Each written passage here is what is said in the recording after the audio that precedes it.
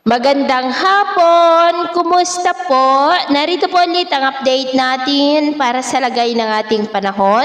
Ngayong hapon po ng July 14, 2026. Sa ngayon po ay patuloy na ang paghina ng bagyong Josie at gaya po ninyong napapansin ay halos wala na po itong sirkulasyon.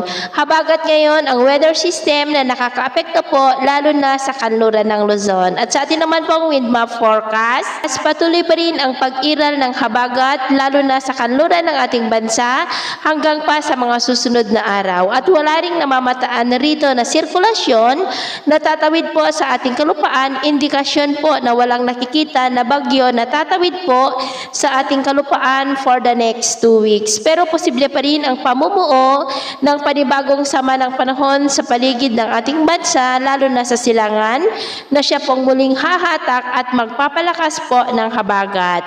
At ito naman ay pinapakita ng forecast model na ating ginagamit hanggang sa susunod na 2 linggo ay may mga namamataan pa rin na sama ng panahon na mabubuo pero walang nakikita na tatawid po sa ating kalupaan. At sa lagay ng ating panahon, ngayong hapon ay nakakaranas ng maulap na kalangitan na minsan ay may mga pulo-pulo na mga pag-uulan sa ilang bahagi po ng Cagayan, Cordillera, La Union, Pangasinan, Panay Island, ilang bahagi ng Negros, Bohol, Eastern Samar at ilang bahagi ng Mindanao. At mamayang gabi, may tsansa pa rin ng mga isolated rains, lalo na po sa ilang bahagi ng Northern Luzon, ilang bahagi ng Visayas at Mindanao. Kaya mag-ingat pa rin tayo sa mga banta po ng mga pagbaha at pagguho ng lupa.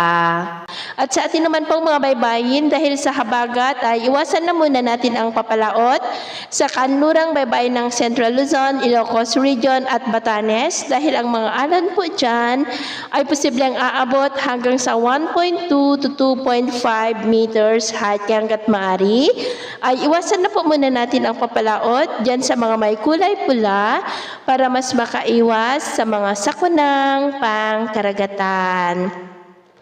So, ito po ng latest update natin sa araw na ito. Ito po muli si James na nagsasabing sa kahit na pagsubok po na darating sa ating buhay, huwag na huwag po tayong mawawalan ng pag-asa. Thank you and God bless!